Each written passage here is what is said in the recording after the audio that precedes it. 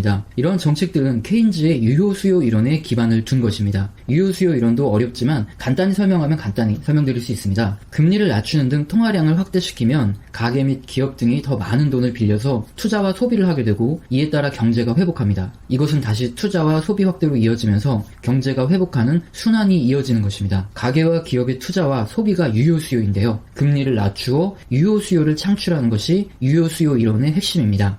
그리고 이렇게 가계와 기업의 유효수요를 촉진하기 위해서 돈이 적재적소에 들어가도록 정부가 적절히 통제를 하여야 한다는 이론입니다. 현재 대부분 국가에서 실행 중인 정책이 유효수요 이론이라고 볼 수 있습니다. 하지만 경제 이론이라는 것이 모든 경우에 100% 맞아 들어가지 않습니다. 케인즈의 유효수요 이론 또한 유동성 함정의 구간에서는 성립하지 않습니다. 1930년 대공황 당시 미국 정부가 금리를 아무리 낮추고 시중에 통화를 풀어도 개인과 기업들은 소비와 투자를 하지 않았습니다. 1930년대 이전까지만 해도 세이의 법칙이라고 공급이 자연스럽게 소비를 일으킨다, 이런 이론을 따르고 있었는데 대공황 당시 기업들이 아무리 생산을 늘리고 가격을 낮춰도 소비가 증가하지 않는, 오히려 소비가 감소하는 이런 현상이 발생합니다. 그에 따라 뒤늦게 미국 정부는 금리를 낮추고 돈을 푸는 방법을 실행했지만 개인과 기업들이 현금을 움켜쥐고 유효수요가 발생하지 않았습니다. 케인즈는 이를 유동성 함정이라고 명명했습니다. 원인은 다음과 같습니다. 앞으로 경제가 더욱 악화되고 물가가 하락할 것이라는 예측이 지배적인 경우 사람들은 당장에 현금이 있어도 소비를 하지 않습니다.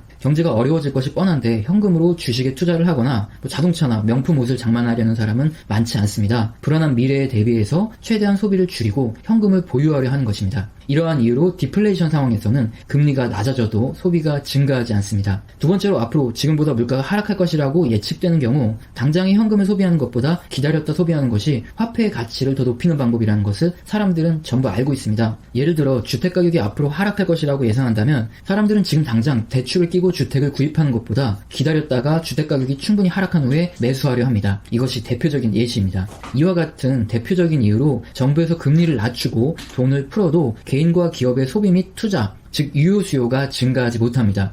그렇지만 딱히 다른 대안이 없는 정부에서는 더욱 큰 폭으로 금리를 낮추고 국채를 매입하고 지준율을 인하하여 경제를 회복시키려 할 수밖에 없습니다. 문제는 금리가 계속 낮아져서 제로 수준에 근접할 경우 현금과 채권이 동일해지기 때문에 가계와 기업은 화폐를 보유하려 한다는 것입니다. 채권은 돈을 빌려주고 받는 차용증을 말하며 일종의 투자입니다. 투자라고 하면 주식 투자뿐만 아니라 기업이 발행한 회사채를 매입하는 것 또한 기업의 돈을 빌려주는 투자 행위 인데요. 그런데 금리가 제로 수준으로 낮아진다면 사람들은 채권에 투자를 하기보다 그냥 현금을 보유하려 합니다. 얼마 안 되는 이자를 받으려고 채권에 투자할 필요가 없기 때문이죠. 이것은 직접 회사채를 투자하는 것이 아닌 은행 예금에도 마찬가지로 적용이 됩니다. 사람들은 현금을 은행에 예금하고 은행은 기업의 자금을 대출해 주어 예금과 대출의 차이인 예대 마진 이익을 은행이 남기는 것이죠. 그런데 만약 은행 금리가 제로 수준에 근접한다면 딱히 은행에 예금할 필요성을 느끼지 못합니다. 은행 또한 기업의 대출에 더욱 깐깐해지는데요.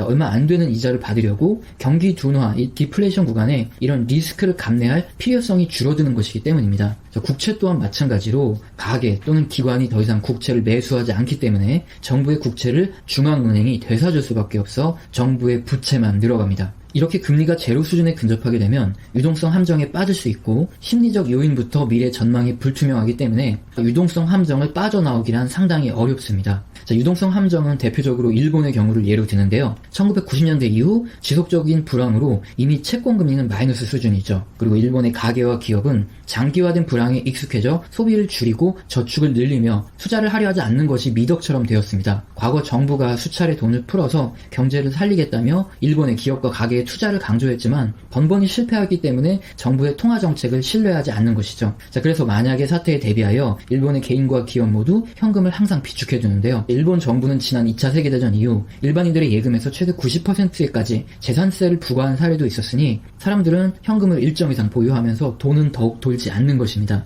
유럽 또한 마찬가지로 금융위기 이후 지속된 디플레이션을 벗어나지 못하고 있습니다. 물론 독일 등 건실한 국가들도 있지만 화폐가 한데 묶여있기 때문에 유럽 연합의 일부 국가들의 재정 악화 문제가 발생하면 국가 간 내정 간섭이 불가능하므로 통화 정책에만 의존할 수 없습니다. 이미 유럽 중앙은행의 금리 및 주요 국채는 마이너스에 진입하였고 하였고 구조적인 한계로 인하여 유동성 함정에 쉽게 벗어나지 못하고 있습니다. 자, 미국의 경우에는 금융위기에서 신속하고 과감한 통화 정책을 통하여 디플레이션, 이런 불황을 최소화하고 유동성의 함정에서 빠져나왔다는 평가가 지배적입니다. 하지만 최근에는 다시 미중 무역 분쟁으로 인해서 디플레이션 상황으로 들어가고 있죠. 자, 우리나라는 아직 유동성 함정에 진입할 수준은 아니지만 금리를 제로 수준까지 인하해야 할 필연적인 이유들이 있습니다. 바로 우리나라가 수출 의존도가 높은 국가라는 점인데요. 예를 들어 우리나라와 거래하는 미국의 금리가 제로 수준이 되면 달러의 통화량이 증가하고 달러의 가치가 하락하죠. 자, 그렇게 되면 우리나라 기업들의 제품 경쟁력이 약화되고 경제가 둔화되겠죠. 미국뿐만 아니라 중국, 일본부터 유럽까지 전부 제로 수준으로 약화되면 마찬가지 현상이 벌어지겠죠. 자, 이에 따라 우리나라 중앙은행 또한 기준금리를 낮추어 경제를 살릴 수밖에 없는 처지에 처합니다. 경제가 악화되기 때문에 금리를 인하하는 것은 정당한 것으로 판단하고 환율 조작으로 보지 않기 때문에 우리나라의 주요 수출 상대국들의 금리가 낮아지면 우리나라의 금리도 자연스럽게 낮아질 수밖에 없는 이런 수출 의존도가 높은 국가의 특성이 있습니다. 우리나라가 금리를 인하할 수밖에 없는 추가적인 문제는 가계부채 문제가 심각하다는 점입니다. 자, GDP 대비 가계부채에서 우리나라에만 존재하는 전세자금을 포함하면 약 130%가 넘는 것으로 추정이 되는데요. 현재 세계 1위입니다. 필수적인 주택을 매입하기 위해서는 부채가 동반되어야 하는데 이것이 과도하다면 소비가 줄어드는 것은 당연합니다. 자, 여기에 디플레이션 전망이 강해지게 되면 사람들의 소비는 더욱 줄어들게 되겠죠. 자, 이에 따라 정부와 중앙은행은 금리 인하를 통해서 경제를 살리고자 대응할 수밖에 없고 제로 금리 수준에 근접하게 되면 가계부채 문제와 겹쳐져서 유동성 함정에 더욱 쉽게 빠지고 헤어나오기 힘들게 됩니다. 자, 최대한 쉽게 설명드렸는데 이해가 되셨나요? 자, 그렇다면 우리는 경제를 알고 재테크를 하는 사람들이기 때문에 한 걸음 더 나가 보도록 하겠습니다. 자, 유동성 함정에 빠졌느냐라는 것은 화폐 유통 속도를 통해서 알 수 있습니다. 화폐 유통 속도라는 것은 1년 동안 한 나라에서 생산된 재화 그리고 서비스를 구입하는데 화폐가 몇 번 사용되었는지 알 수 있는 지표인데요. 자, 돈이 잘 돌면 여러 차례 화폐가 사용될 것이고 반대로 돈이 돌지 않으면 몇 차례 사용되지 않을 것입니다. 자, 이처럼 화폐의 유통 속도가 감소하면 정부가 아무리 금리를 낮추고 돈을 찍어내는 정책을 펼친다고 해도 사람들이 소비를 하고 투자를 하지 않는 것이기 때문에 시중으로 풀린 돈이 제대로 움직이지 못하고 유동성 함정에 빠져드는 것입니다. 유동성 함정에 대해서 경제 성장률과 통화량의 증가 속도 차이를 통해서 유동성 함정에 빠졌는지 여부에 대한 수치를 계산해 볼 수 있는데요.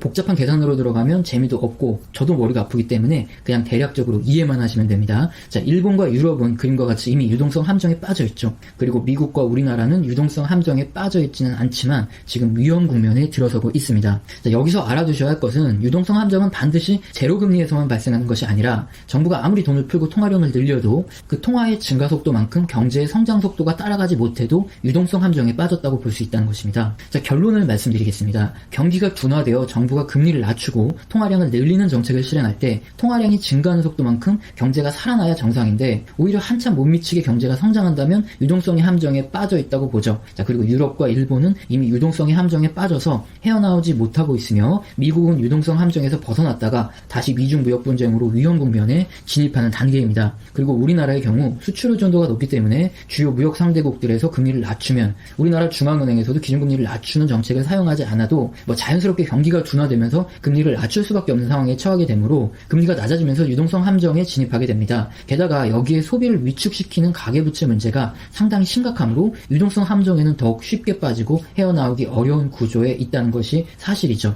그렇다면 대책은 무엇일까요? 자, 결론부터 말씀드리면 현대 경제학자들은 다양한 방법을 제시하고 있지만 늘 그렇듯이 이론만 그럴싸할 뿐 실제 상황에 제대로 맞아떨어지는 이런 대책은 사실 없습니다. 대부분 국가들의 통화 정책이 유효 수요 이론에 기반을 하고 있으므로 케인즈의 이론을 근거로 대책을 알아본다면 유동성 함정의 정부가 통화량을 늘리는 정책만으로 분명 한계가 있으므로 시의 적절하게 돈이 필요한 곳에 유통될 수 있도록 정책을 펼쳐야 하며 정부가 나서서 소득의 재분배를 적절히 실행해야 한다. 이것이 정책입니다. 사실 이론상으로 너무나 명확하지만 실제로 실행을 어떻게 할지가 관건인데 이것이 쉽지가 않다는 것이 문제죠. 다만 우리는 유동성 함정이 우리나라에도 다가오고 있으므로 이것에 대해서 알아야 하고 대비를 하는 것이 더 중요하다는 것입니다. 자, 또 한 가지 우리나라의 가계부채 문제에 대해서 제가 언급을 하면 늘상 해결책은 무엇이냐라는 질문을 많이 받는데요. 사실 정답은 누구나 알고 있으면서 이익이 대립되기 때문에 말을 못 꺼내는 것이 아닌가 합니다. 자, 어느 한쪽의 입장을 대변하면 상대방에게 상처를 주기 때문인데요. 사실상 우리나라 가계부채 과열의 원인은 부동산이기 때문에 구조조정이 되어야만 해결이 된다는 것은 누구나 알고 있는 사실이죠. 그 외에 어떤 해결책도 없습니다. 하지만 부동산의 구조조정이라는 말은 부동산 가격이 붕괴하고 갭 투자자들이 대부분 망하는 상황인데 자, 여기에서 손해를 보는 사람들도 있고 반대로 집값이 하락해야 이득을 보는 사람도 사람도 있죠. 물론 여기는 선량한 사람들이 대다수입니다. 이렇게 국가 내에서 각자의 이익이 너무 첨예하게 대립된 현 상황을 과연 정치가 해결할 수 있을까요?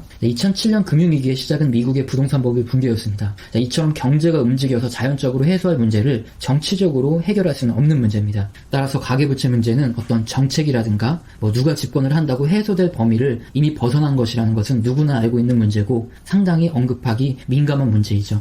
오늘 영상도 마음에 드셨다면 구독과 좋아요는 꼭 눌러주시고요. 지속적으로 시청 부탁드립니다. 감사합니다.